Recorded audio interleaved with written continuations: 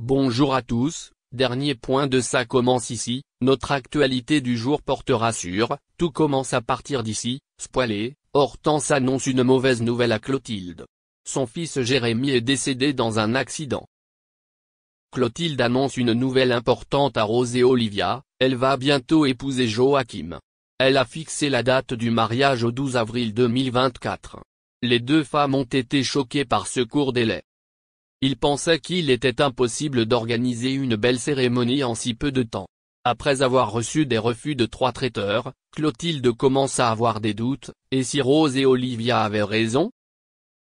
Mais pour Joachim, pas question de reporter le mariage. Pour rassurer sa future épouse, il décide de se charger de l'organisation du mariage. Joachim demande à Hortense si elle accepte le poste de restauration et elle accepte. Mehdi, Léonard et Malik étaient nerveux car ils avaient prévu un mariage dans une semaine. Vont-ils relever le défi? Joachim annonce fièrement à Clotilde qu'il a trouvé un fleuriste, un traiteur, un photographe et même un lieu pour célébrer le mariage, l'Institut Auguste Armand. Malheureusement, Clotilde a une mauvaise nouvelle, elle souhaite reporter le rendez-vous car son fils, Jérémy, ne pourra pas être présent. Joachim acceptera-t-il ce changement?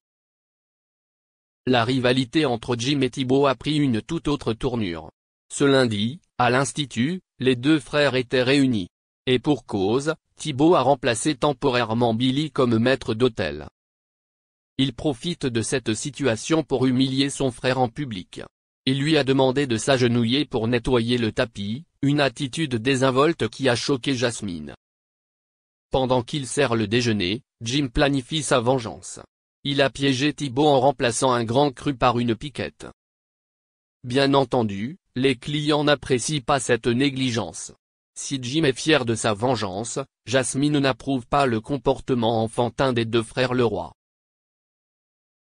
Stanislas Duchesnay, qui a constaté l'erreur de Thibaut lors du service, a demandé des explications.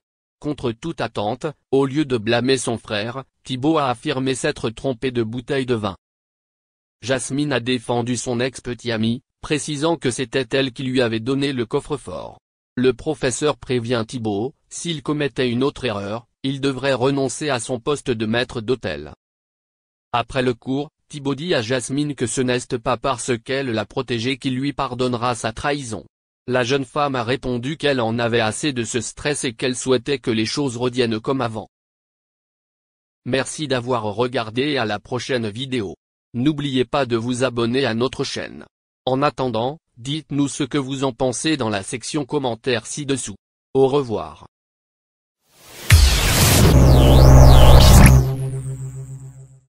Comme on le sait, Amel Bent, le monument de la musique a tout pour être heureuse dans sa vie.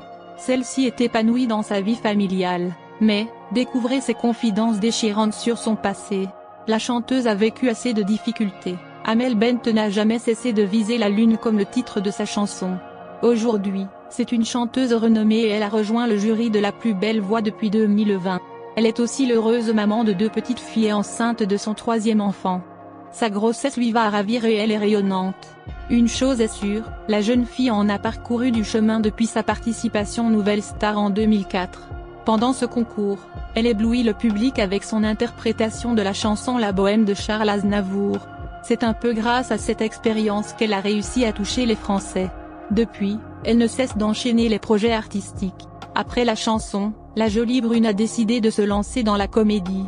En effet, le lundi 24 janvier 2022, Amel Bent a prouvé qu'elle pouvait prendre en charge des rôles pas si faciles que ça.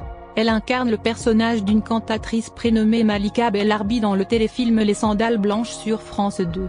L'héroïne est une fille qui vit dans les bidonvilles algériens de Nanterre. À la base, elle est destinée à ne jamais marcher mais son destin sera bien différent. Elle devient cantatrice et réussira à monter sur scène pour interpréter Carmen, un nouvel exercice dans lequel elle a excellé. On peut dire qu'elle a plusieurs cordes à son arc en tout cas, rien ne lui fait peur et elle continuera de se lancer des défis.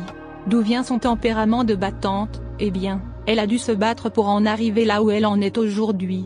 Pour aller au bout de ses rêves, il ne suffit pas d'y croire, il faut tout donner.